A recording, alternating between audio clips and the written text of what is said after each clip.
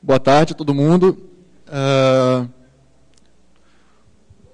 Vamos começar a falar. Essa palestra sobre ataques de denial of service super eficientes. É uma palestra que eu criei para quebrar um pouco do mito de que o denial of service é só uma coisa de camada de rede que você consegue facilmente bloquear. E eu vou mostrar por que você tem ataques de denial of service que, se não forem bem adereçados, com muito pouco poder de fogo, você consegue tirar um site fora do ar. Vou mostrar que coisas não são inerentes só ao HTTP e algumas outras coisas. Bom, simplificando, meu nome é Ian Seidel, apesar de ter essa codificação diferente. Eu sou do Rio de Janeiro, você vê que qualquer friozinho eu já estou de casaco. Eu sou coordenador técnico da TaySafe, que é uma empresa de segurança do Rio de Janeiro. Eu trabalho em alguns projetos open source, como o Logstash e o PEV, do meu amigo Mercedes, que está ali. Todos os meus códigos, né, e frações de código estão no meu GitHub. No final tem todos os URLs de contato e tal. Bom, eu sou viciado em Unix há muito tempo, desde que eu comecei a instalar Red Hat 4 e umas coisas bem velhas. Eu adoro Python e C. Se eu tiver que compilar é C, se eu tiver que interpretar é Python, e essa é meio que minha regra de funcionamento. Independente de café, como a maioria das pessoas em TI. Também, como a maioria das pessoas de TI, eu odeio impressora. Toda vez que você tem que configurar uma impressora, ou o papel engasga, você quer se matar e matar a impressora também. Não tenho Facebook, porque eu tenho uma questão muito séria com rede social. E eu também participo desse grupo da DC Labs, que é um grupo de Belo Horizonte, de pesquisa. Então, hoje a gente vai passar por uma breve introdução ao Denial of Service. A gente vai passar desde do background dos ataques de camada 3 para os ataques de camada 7. Depois vou mostrar quais são esses ataques, né, quais são esses vetores de ataques e quais são também as ferramentas para explorar esses ataques.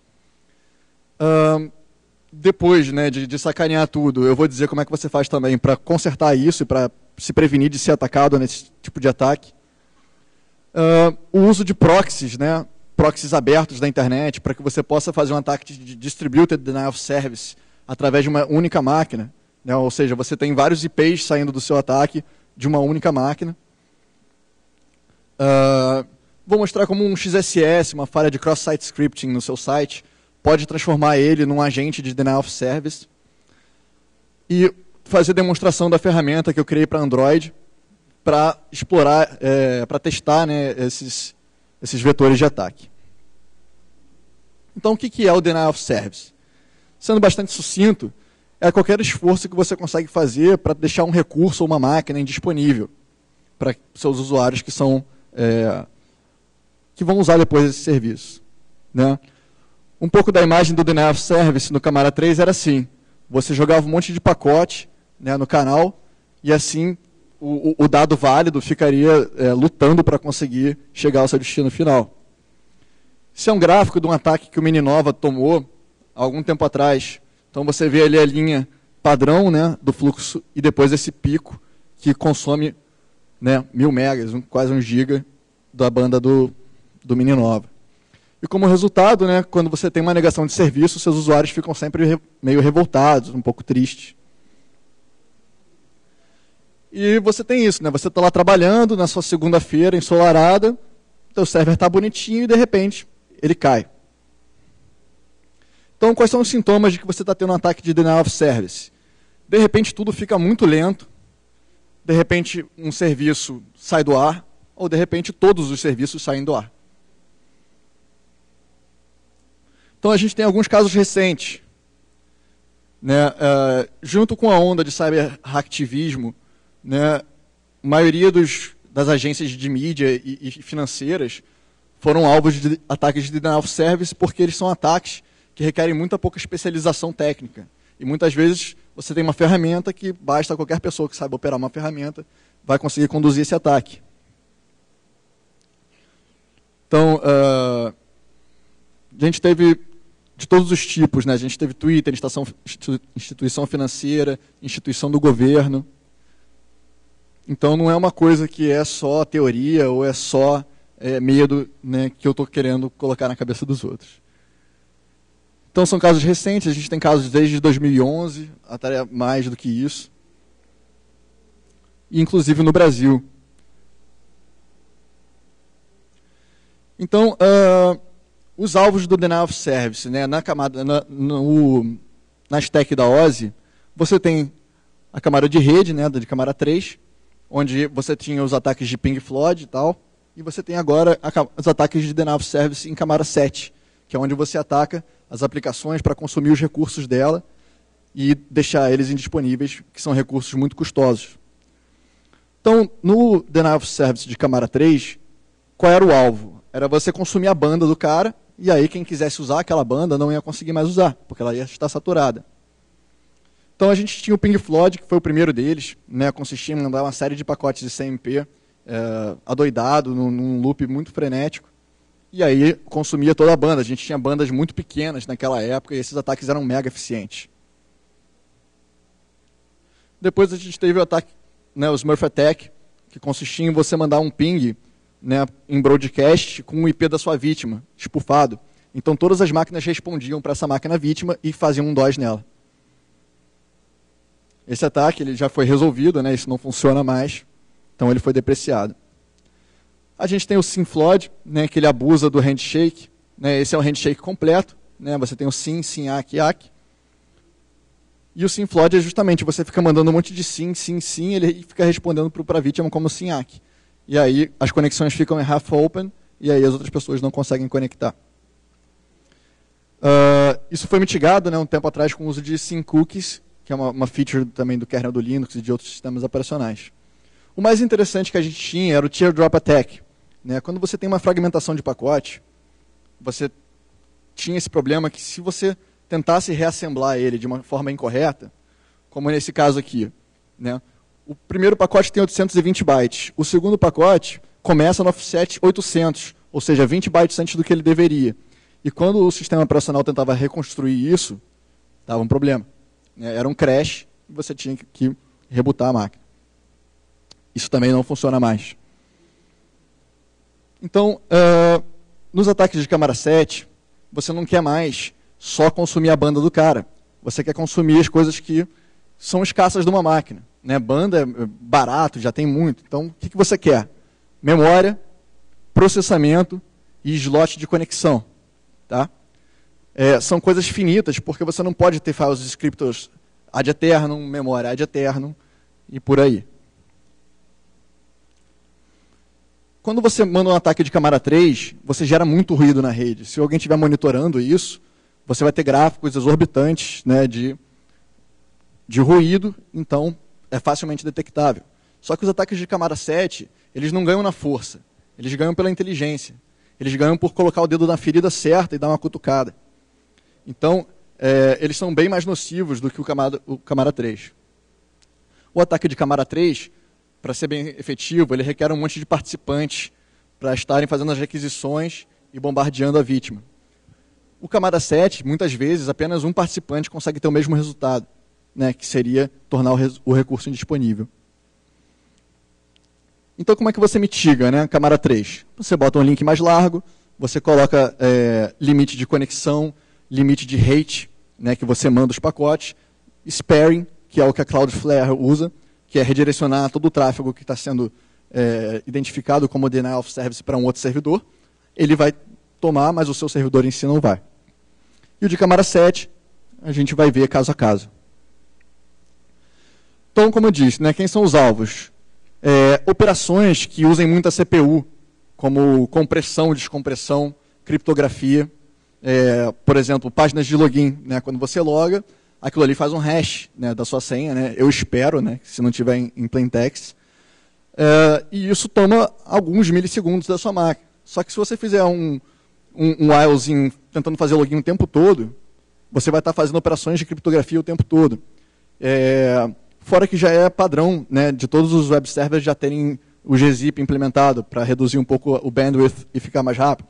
Então ele vai ter que ficar fazendo criptografia, comprimindo e mandando para você. Então já é uma interação bastante intensiva de CPU.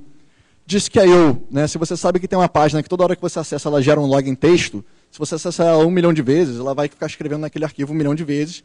E Disk.io é uma das coisas que mais consomem tempo de time wait no seu kernel. Então, se você também consegue consumir toda a memória do processo e ele começa a swapar para disco, você consome a memória do cara e você ainda está ferrando o I/O dele. Então, tudo que for finito, né, os seus números máximos de socket, os seus limites de memória, espaço em disco, são esses os alvos do ataque de Denial of Service em camada 7. Então, quais são os vetores e ferramentas que exploram esses vetores dos ataques de camada 7? Por exemplo, a renegociação do SSL e o handshake, né, leva 15% mais processamento no servidor do que no cliente para fazer esse handshake. Então, o cliente ele pode ficar pedindo a renegociação direto, e aí ele vai ter uma perda de processamento dele mesmo, mas vai ser muito pior para o servidor. Né? Então, isso foi meio que lançado em 2003, né, começou a ser abusado na internet, e aí o grupo THC, que é um grupo famoso de hackings, lançou uma ferramenta em 2011, explorando essa vulnerabilidade. Então você pode ou baixar o script deles em Perl, ou você pode fazer um shell script muito boçal de uma linha, usando o cliente do OpenSSL, que dá no mesmo.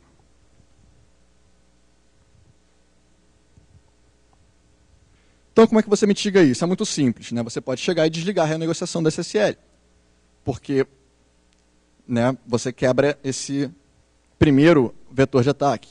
Só que você ainda tem o handshake. Então, você pode comprar um hardware muito caro de fazer aceleração de SSL, que tem uma placa de criptografia muito cara. Vai resolver um pouco mais. Mas, como tudo em segurança, nada resolve 100%. Né? Aqui a gente tem um artigo de 2011 falando como você mitigar esse ataque. Isso aqui é um ataque também bastante interessante. Né? Alguém descobriu, né, que para cada pedaço que você pedia de um hand-reader HTTP, que é quando você quer, por exemplo, continuar um download. Né? Você fala, eu quero acessar esse arquivo, mas eu quero que você comece no byte tal para frente. O que os caras fizeram? Eles fizeram um script que fazia várias requisições de pequenos pedaços e falando, eu aceito o gzip. E aí o que acontecia? Para cada pedacinho desse, o servidor tinha que processar a compressão. E aí acabava jogando o load lá em cima da máquina e ela parava de responder também. Né? Esse vetor foi descoberto pelo King Cope, que é uma figurinha bastante carimbada no ramo de segurança, né, com esse script em Perl chamado Kill Apache, porque é justamente isso que ele fazia. E uma das ferramentas de testes de Denial of Service em camada 7, Slow HTTP Test, também tem dentro de outros vetores, ele tem essa opção. Essa é uma das ferramentas mais completas de teste de Denial of Service em camada 7, e a gente vai ver ela em quase todos os vetores. Então você tem uma mitigação que você pode usar um setNV, um mod rewrite, que, né, segundo essa referência, você consegue mitigar esse ataque. E você também pode usar um Web Application Firewall, que também vai te resolver bastante nesse caso. Essa versão do Apache 2.2.21 foi a que corrigiu essa falha. Né? Então, acho que hoje em dia todo mundo já está salvo disso. Esses são as joias da coroa dos ataques de Denial of Service em camada 7, são os Slow Attacks. Basicamente você lê ou envia dados de forma muito pequena e esperando um tempo entre isso. Tá? Porque a natureza do web server é justamente ele aguardar que o seu request chegue completamente para que ele processe e te dê a resposta. Então, é dividido em 3 categorias. Slow headers, onde você manda os headers de forma slow, eu vou explicar. Slow post, quando você manda o corpo do post de forma slow. E slow read, quando você faz um request e você vai lendo do socket de pouquinho em pouquinho. Então, os slow headers é assim, você manda o get, primeira linha do get, dá um sleep de 1 segundo. O servidor vai ficar esperando. Manda a segunda linha do header, espera 1 segundo. O servidor vai ficar esperando o resto. E aí você vai mandando o header ad eterno. X for the for, X I'm DDoSing you, X gonna hack you. E aí você vai nisso. E até chegar, né, a blank line do seu request, ele vai continuar esperando e vai deixar aquele slot lá aberto, né, em uso para você, e vai ficar seguro, vai ficar preso aquele slot. Né? Como é que é a natureza de uma requisição HTTP? Chega lá o request rapidinho, ele processa rapidinho, devolve, o slot está aberto de novo. Então a vida de uma requisição legítima é muito rápida.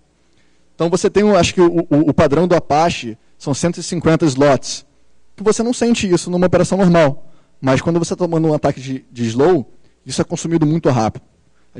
Eu tenho um videozinho demo depois que eu vou passar, vocês vão ver que em menos de 1 minuto o web server para de responder. O slow post é basicamente a mesma coisa. Você pode mandar os headers todos bonitinhos, e aí quando você vai mandando, né, as tuplas de chave e valor, você vai dando um sleep também. Então, da mesma forma que ele está esperando os seus headers, ele vai esperar o seu post. E o slow read é bastante interessante. Você faz um request normalmente, e aí você, né, quem programa em C, já viu muito isso, né, essa função read, que na verdade também é uma system call, e você passa quantos bytes você quer ler daquele socket. Então você passa 1 byte e dá um sleep de 5 segundos. E o servidor lá vai ficar esperando para te entregar a resposta dele. Logo, seu slot vai ficar preso também. Então, quais são as ferramentas? Né? A primeira delas foi o Slow Loris, que foi feito pelo RSnake, que também é figurinha carimbada de segurança. Slow HTTP em todas elas. Uma ferramenta da OWASP, que é um órgão de segurança que se preocupa em criar normas e ferramentas para testes de segurança. No Slow Posters tem o Rudy, né, que é uma sigla para Are You Dead Yet? E o Slow Read, o único cara que faz isso, por enquanto, é o Slow HTTP Test. Então, a mitigação. Entraram em uma discussão muito ferrenha com o pessoal da Apache Foundation, e os caras eles fincaram o pé e falaram: esperar o request é a natureza de web server. Então, a gente não vai mudar isso e ninguém vai mudar isso. Então, fizeram um módulo, né, que chama Request Timeout, que você pode configurar que se o teu request não chegar em tantos segundos, você dropa ele e abre o slot para outra pessoa. Então, essa é a mitigação mais forte que você tem contra esse tipo de ataque. Você pode, se você não ajustar corretamente, você pode acabar dropando conexão de usuário legítimo, se a tua aplicação, se o browser do cara estiver demorando. Mas, quando isso está bem configurado, você consegue resistir bastante a esse tipo de ataque. Tem esse linkzinho aqui no final, não precisa copiar, depois, no último slide, tem o meu slide share, onde tem as apresentações, eu vou colocar todas elas, essa inclusive já está lá, para vocês baixarem e poderem ver os links e checar os artigos. Então, em todos os casos, usar um Web Application Firewall, tá, que também é bastante interessante, vai te resolver bastante coisa, também não é uma bala de prata, como nada. E Slow Read você pode bloquear por ou módulo, ou configuração, ou IP tables. Você pode desabilitar o pipeline e marcar os Windows. Se a Windows size for muito pequena, você não responde ou dropa a conexão. E aí, aconteceu de descobrirem mais em 2012, mais um vetor chamado Keep Alive, mas no cache. Que você manda o request com um header Keep Alive, falando para ele deixar aquele slot aberto, e no cache, ou seja, forçando que o server vá e regere todo o conteúdo de novo. Então, quando você faz esse tipo de ataque numa página de busca que retorna 200 zilhões de resultados, você sabe que aquilo ali está fazendo uma consulta no banco bastante penosa, né, e que provavelmente, quando isso volta, vai tudo para a memória. Então, um dos maiores alvos são páginas de login e páginas de busca. Então, o Barry Steinman, né, que hoje em dia é um amigo meu, trabalha na Imperva, nos Estados Unidos, e ele criou essa ferramenta, que era o Hook, o HTTP Unbearable Load King. Eu gostei da ferramenta, mas ela era um pouco crua, e eu comecei a modificar ela e acrescentar features para ela. E aí, sempre conversando com o Barry, ele falou, cara, tá maneiro pra caramba, né, as modificações, só que não é mais o Hook, sabe? Você transformou numa ferramenta muito mais elaborada. Então, ele me permitiu que eu mudasse o nome dessa ferramenta. Né? Por que eu comecei a fazer isso no Hook?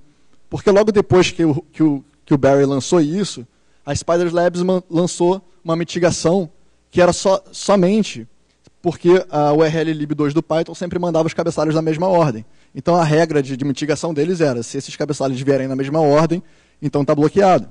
Eu falei, não, né, cara, que regra bunda é essa? Não pode ficar assim. Então eu mudei as coisas, né? Eu quis randomização, muita randomização, porque eu não queria que regras simples conseguissem parar esse ataque, porque justamente, né, por que eu fiz isso? Para testar justamente a configuração das regras e a configuração de segurança do servidor, para evitar o falso senso de segurança de você ter uma regra bunda te protegendo, e lá na frente você ter um ataque de denial of service sério, e essa regra não vai te salvar. Então tem um quadrinho do Dilbert, né, que o chefe fala que vai mudar os cubículos para um espaço aberto. E aí o Dilbert fala, você descobriu que isso é a única coisa que pode ser pior do que a gente tem hoje? Aí ele chega pro Minion dele e fala, eles descobriram o nosso padrão. Aí ele fala, a gente devia randomizar a nossa maldade. E é justamente isso que o GoldenEye faz. Tá? Ele faz o HTTP Keep Alive no cache e adiciona randomização ferrenha, mas dentro da RFC. Porque também se você tem um request que ele é absurdamente anormal, isso fica fácil de você identificar e dropar. Então, ele pega toda a RFC, os valores possíveis para cada campo e randomiza isso. Ele cria também as opções de user agent, tudo em runtime. Então, fica muito difícil para fazer assinatura para isso. O povo da Merging Threats dos Norte já tentou, não conseguiu. O povo da Juniper Network já tentou também, não conseguiu. E eu gosto um pouco dessa guerra, então toda vez que alguém tenta fazer uma assinatura, eu faço um update que quebra a assinatura do cara. Por quê? Porque eu sou sacana? Não, porque eu sou contra a regra ineficiente.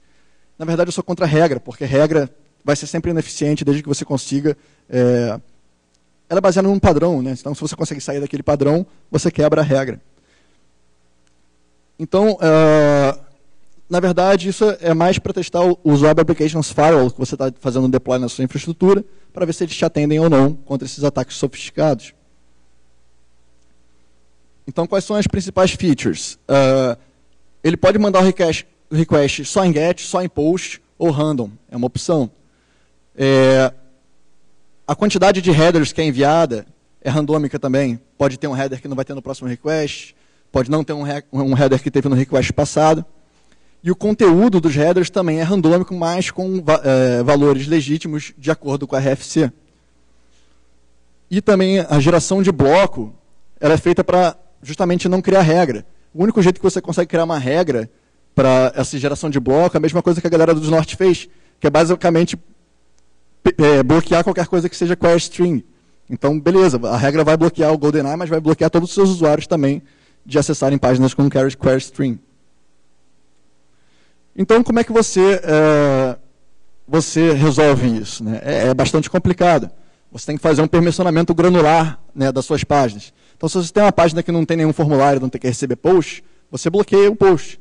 Se você tem uma página que não precisa receber query string, se receber um query string, você dropa. Então, é um trabalho penoso, porque você tem que pegar cada página, grupo de páginas, saber o que ela recebe e só deixar passar aquilo que deveria. Então, mas justamente isso era o meu objetivo, né? Fazer com que as pessoas se esforçassem um pouco mais para proteger sua infraestrutura. Porque uma coisa é um desenvolvedor, um pesquisador fazendo uma ferramenta para testar. Outra coisa é um cybercriminoso, né, que tem muito tempo vago, muitas vezes dinheiro, fazendo um ataque contra a sua infraestrutura.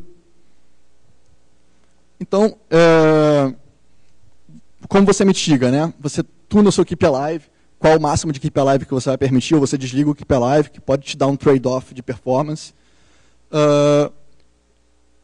E isso é o que mais vai te salvar contra um ataque de GoldenEye. Então, mitigação para os web servers mais padrões. O Apache tem uma série de módulos, né, que podem ajudar nisso, sendo o principal o Request Read Timeout, mod hack timeout. E listen backlog, os requests, qual o tamanho dos seus field sizes, os timeouts de Keep Alive, quantos workers vão estar trabalhando para atender os chamados.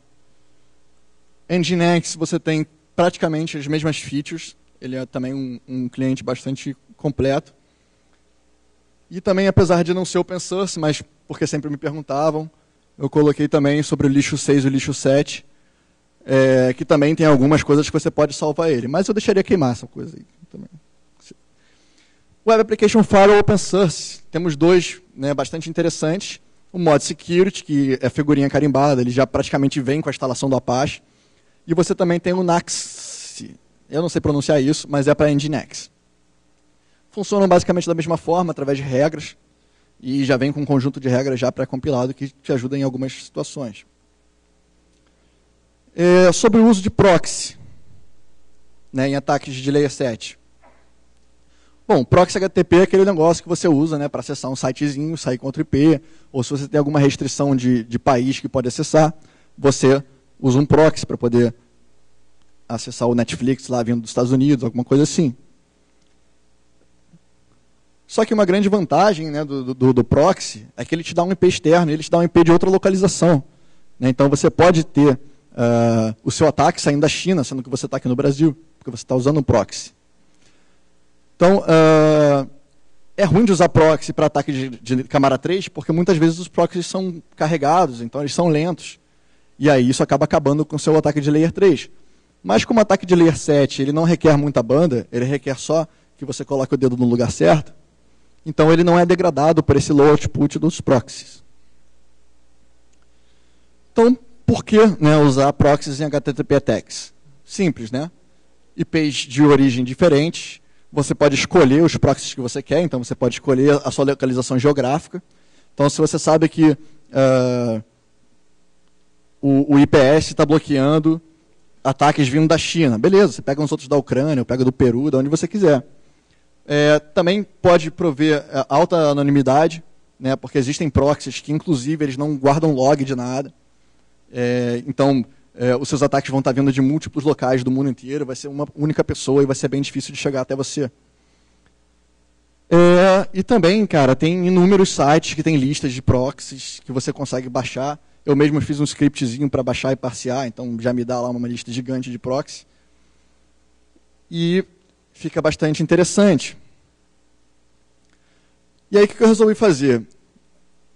Eu resolvi usar o socket, que é tipo cat para sockets, para poder fazer esses túneis com os proxies para aplicações que não eram proxy aware. Então, o socket, ele abre um socket local plain, mas por dentro ele tunela para o proxy no destino final. Essa é a sintaxe, né? Você fala para o socket, eu quero que você escute na porta 80, né, e você mande tudo que chegar aqui para aquele proxy, né, por aquele proxy, para aquela vítima, também na porta 80, e a porta do proxy é aquela ali. E aí depois você coloca o endereço da vítima no seu host, como localhost, e aí quando você atacar, né, o seu host vai resolver o IP para o IP local, para dentro do socket, e o socket vai mandar por proxy para a sua vítima final. Então, com essa técnica, você consegue efetivamente transformar qualquer aplicação que não tenha suporte a proxy para usar um proxy. E isso serve também para você fazer qualquer aplicação que não tenha suporte a proxy, usar o Tor, né? Porque o Tor, no final, ele é um SOX proxy, com a porta default 9052. Então, você consegue tunelar tudo por dentro da rede Tor, que provém alta anonimidade a um trade-off, né, de uma performance muito lixo. E aí eu estava em casa, né, devia estar chovendo, aí eu falei, pô, será que dá para rodar vários Tors?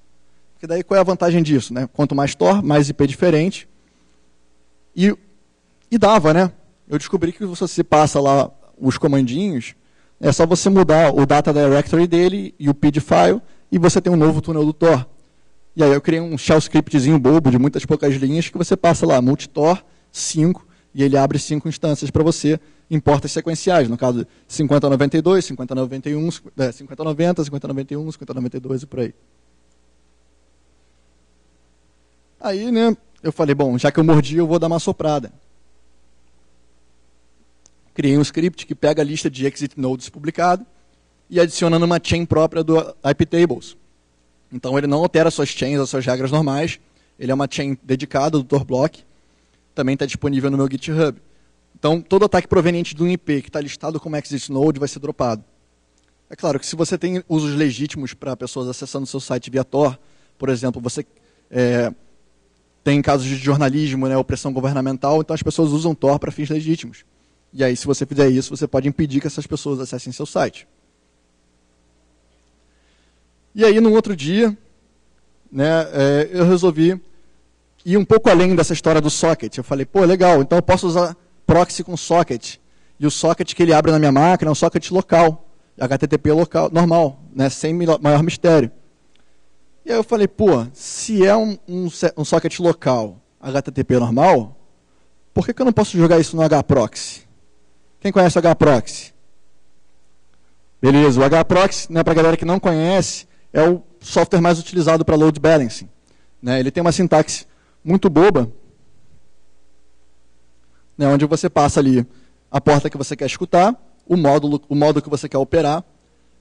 E, no caso, round robin, né, que ele vai testando um depois do outro. E aí você coloca a lista de servidores que você quer. Então, no caso aqui, cada localhost desses é um socket do socket, aplicado num proxy diferente, em um lugar do mundo diferente, com IP diferente. A coisa mais legal disso, né, volta mais um, é que ele não é só HTTP Load Balancer, ele é TCP Load Balancer. Então você poderia fazer isso usando SOX Proxy para fazer um ataque de Distributed Denial of Service em qualquer outro protocolo, como FTP, SMTP, enfim, tudo que seja em cima do TCP. E aí o fluxo é a mesma coisa.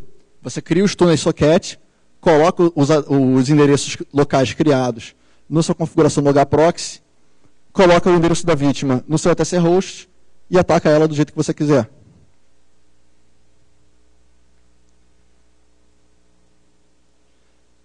E é basicamente isso que acontece, né? Você ataca o seu hproxy distribui de forma balanceada entre todos os proxies. O uso do round robin, ele ajuda na questão do rate limiting, porque ele só vai reutilizar o proxy 1 depois que ele passar pelo proxy 7. Então, se você tem uma lista ali de 200 proxies, aquele ataque do IP primeiro só vai sair de novo mais ali na frente. Então, ele pode ser considerado um acesso legítimo.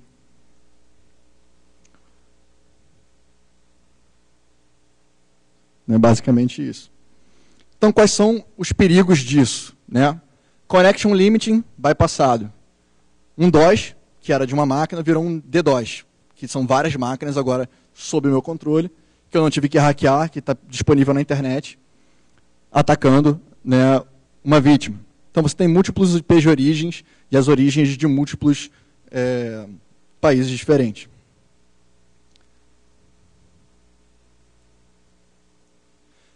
Eu tenho uma apresentação só sobre esse ataque, tá, que eu tive o prazer de apresentar na ValeSecConf, em São Paulo. E aí mostra exemplos, eu instalei um Piwik, que é tipo um Google Analytics Open Source, e aí tem o mapa de acesso do mundo inteiro, né, a partir de um ataque de 5 minutos. Se você tem uma falha que te permite injetar código JavaScript numa máquina, num site, esse pequeno pedaço de código, né, o que ele faz? Ele cria uma imagem com uma query string com a hora, né? Então, o seu browser vai pensar que cada imagem é uma imagem diferente e vai fazer a requisição para o servidor. E tem um set intervalo de 1 milissegundo. Então, a cada 1 milissegundo, ele vai fazer a request para o servidor. Para cada usuário que acessar essa página que está com esse código malicioso. Então, todos os seus usuários vão virar agentes de denial of service sem saber. E aí, né, depois que eu tinha feito o GoldenEye em Python, eu resolvi fazer um downgrade dele para Java para poder rodar em Android. Porque eu tinha um Android bem bunda, 2.1 na época, para ver se um hardware tão pequeno conseguiria fazer alguma devastação num site, para mostrar a eficácia de pequenas ferramentas, de pequenos devices para ataques.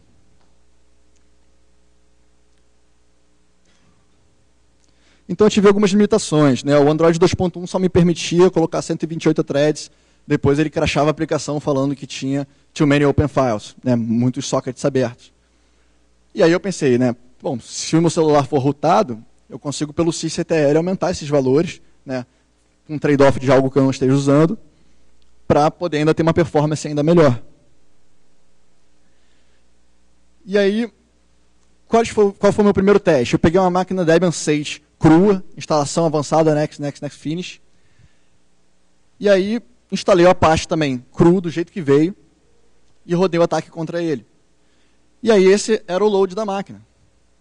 Normal, 2.37.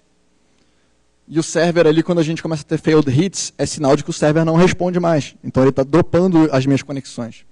Então, provavelmente, server down. Essa ferramenta nunca foi para Google Play. Eu também nunca mandei, por motivos óbvios.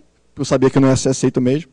Então, quem tiver coração forte, pode ir lá no GitHub compilar o projeto no Eclipse. Que Deus o tenha. Esse GoldenEye Mobile ele é mais fácil de você bloquear porque ele usa o head request, né? Que o head request ele faz o request, só que ele não espera para ler o conteúdo de volta. Aliás, o server nem manda o negócio de volta. Então, se você tiver ali uma regra bloqueando tudo que não for get post, acabou com o GoldenEye Mobile. Tá? E agora, para fechar, a gente ainda está bastante no tempo, a demonstração dele.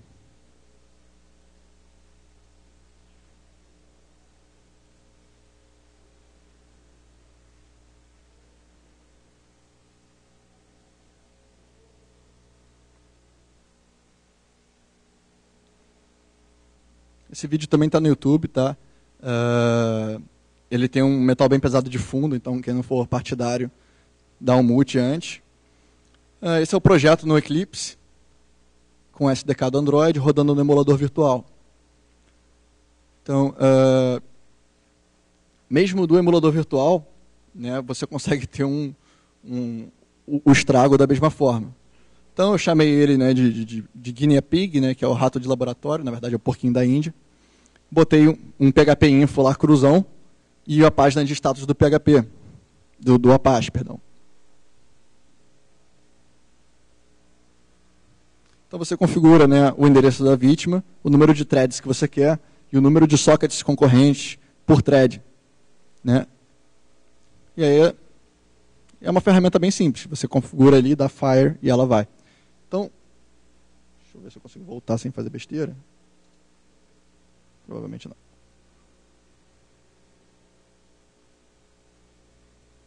Então, a gente tem ali 7 workers paradão sem fazer nada, 3 requests sendo processados, que são essas abas que estão abertas, e os pontinhos são os slots. O que a gente vai ver ali? O K do Keep Alive, que é a conexão que está sendo lida em Keep Alive, e o Reading Request, né, que é a parte que ele está ali processando o request e depois ele mantém em Keep Alive.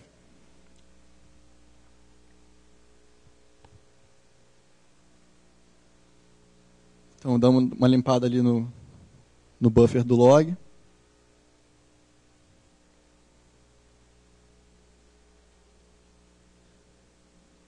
Então, ele faz o primeiro um request único para ver se o host está em pé, que é esse request aí, head, que ele manda. O Apache está dando uma pensada ali.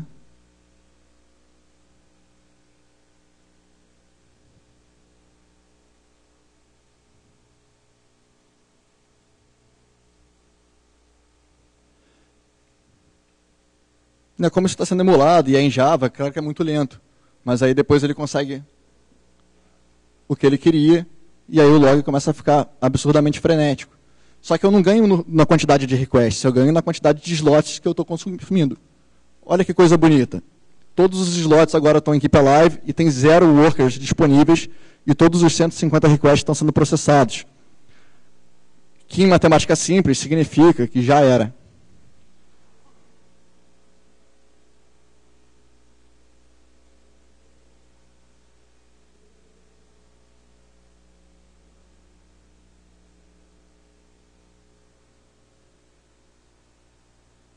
O load ali está em 0, 0, 0.3.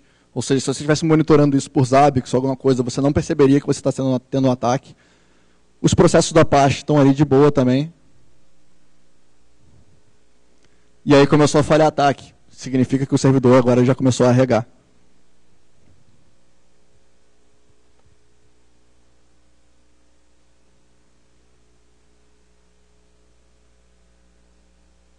Então agora as duas páginas estão pensando.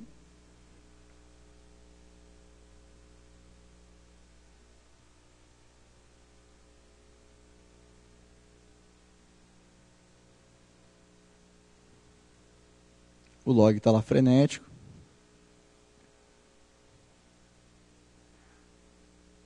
Então você vê que nesse tempinho que a gente está aqui vendo, né, a gente começou a ataque há 1 minuto atrás. Já foram 500 mil requests e muito antes disso já começou a falhar. Então enquanto esse ataque está rolando, as pessoas que não estavam dentro não entram mais. Tá? Quem está dentro, óbvio que está com o socket já reservado e consegue permanecer. Deixa eu voltar aqui um pouquinho para mostrar para vocês como é que fica esse request.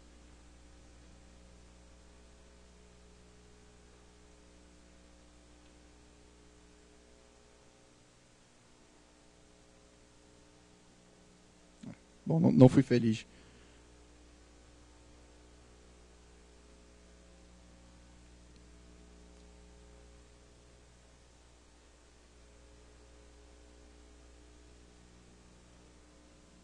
Voltei um pouco demais. Vai, meu filho.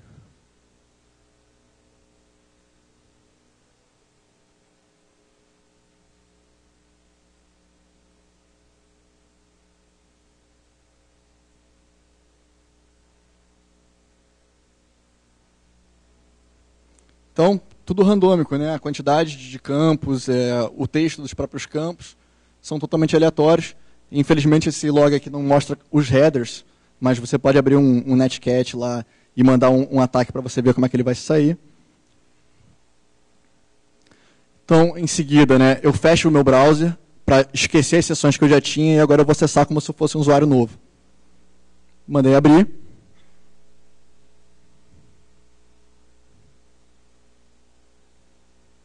É isso aí, mandei abrir e agora eu posso esperar o tempo que eu quiser, que eu não vou conseguir acessar esse site. A não ser que eu seja mais rápido que o GoldenEye, o que é bastante difícil, já que ele é código e você não é. Eu gostaria, mas infelizmente não sou. Então tá ali, mortinho. Enquanto isso, o request está lá na fila, esperando. Pô, será que eu vou conseguir entrar nesse negócio? E aí tá morto.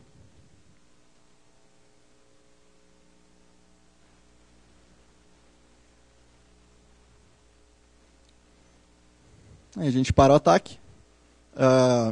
O ataque ele é bastante rápido, então o buffer não consegue acompanhar. Ele demora um tempo até que ele pare.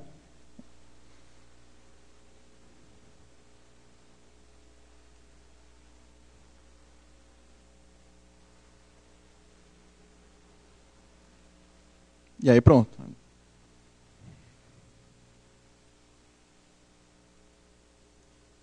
Foi isso, galera. Alguma pergunta? Ah, que interessante, várias.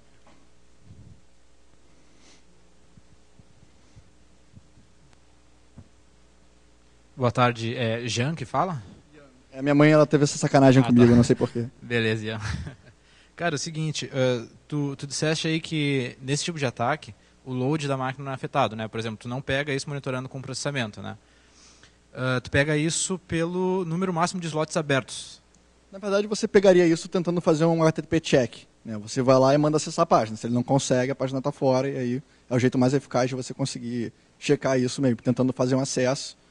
E aí, se falhar, também você pode monitorar o número de slots, mas aí pode gerar alguns falsos positivos. Vai que você está tendo bastante acesso mesmo. Né? Então, no momento que você checou, os slots estavam todos limpos, mas meio milissegundo depois eles liberaram. Então, não é bem um ataque.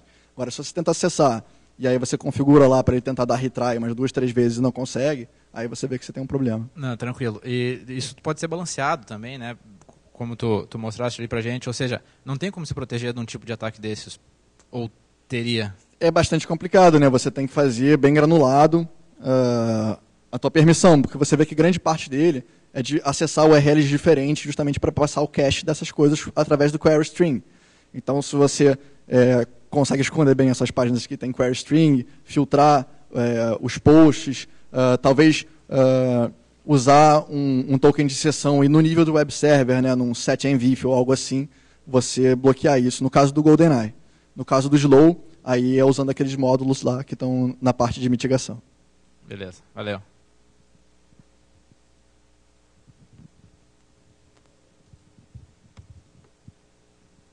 Pergunta?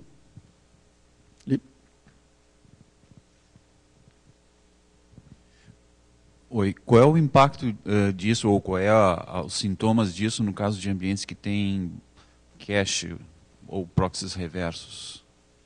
Então, isso é uma pergunta bastante interessante, bastante inteligente também, porque o que é antes de um proxy reverso ou um cache, antes dele ser um proxy reverso?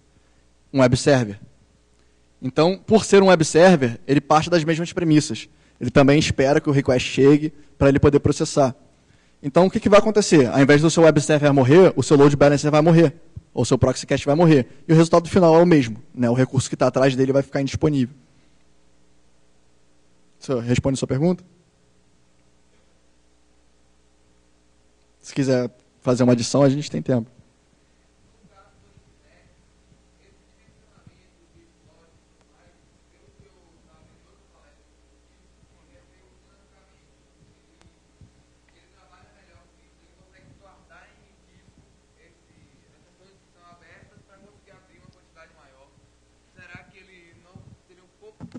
melhor que o Apache nesse tipo de caso? Possivelmente. Eu não testei o Nginx, né, especificamente. Eu testei no Apache e o Barry tinha testado já com o IS. Mas o Nginx, na verdade, eu não testei ele. Não tinha nenhum disponível, também não. Porque essa minha stack de LAMP ela fica direto lá, então só subi ela e ataquei ela. Mas é possível que ele possa resistir um pouco mais, e aí depende, né, de quem está te atacando também tem um poder equivalente para poder ficar nessa briga aí de gato e rato. Mais questions?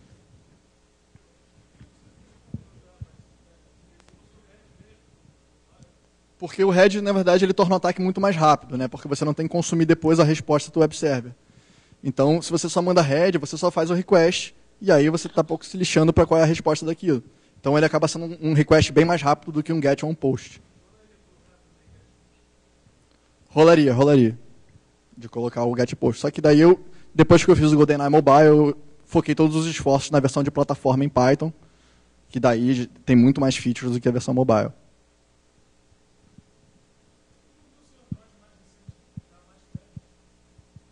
Não porque eu não tive culhão de abrir o Eclipse e compilar o projeto de novo.